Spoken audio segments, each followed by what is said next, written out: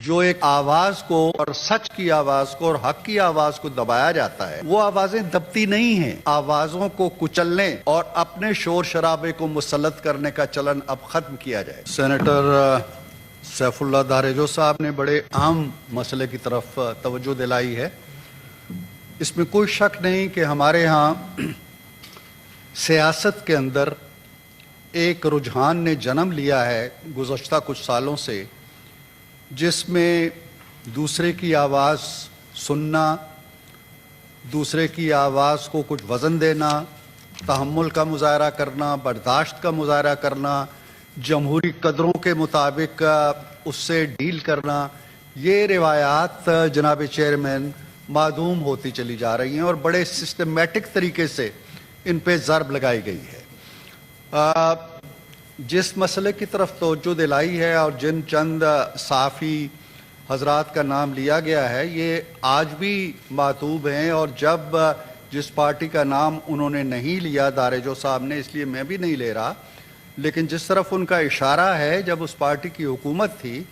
तो जिन जिन के ये नाम लिए गए हैं, इनमें से बेशतर को बेरोज़गार किया गया, अपने अपने इदारों से निकाला गया और जबर के ज़रिए इनको घरों में बिठा दिया गया। ये किसी भी तरफ से हो और किसी भी नौ का जबर हो,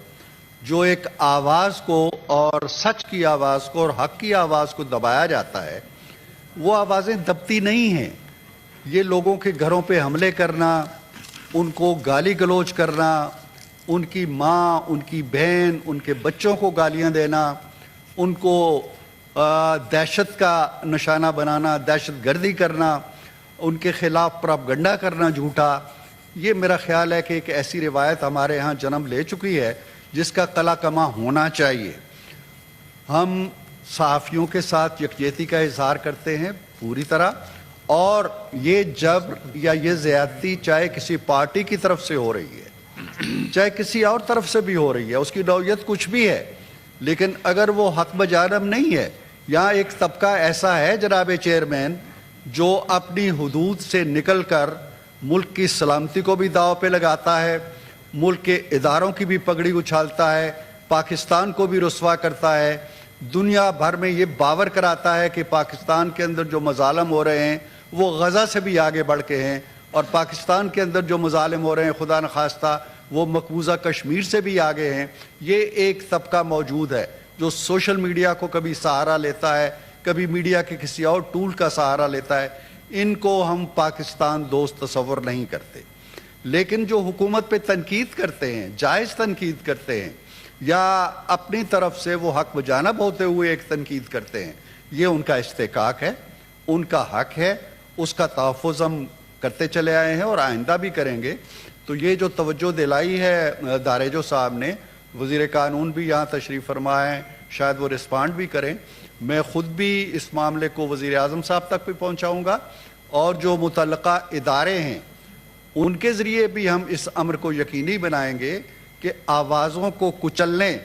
और अपने शोर शराबे को मुसल्लत करने का चलन अब ख़त्म किया जाए।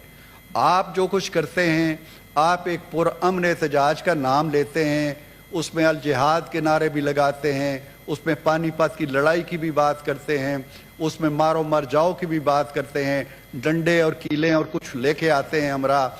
लेकिन हम ये चाहते हैं कि ये कल्चर ख़त्म हो। ये उसी की एक शक्ल है,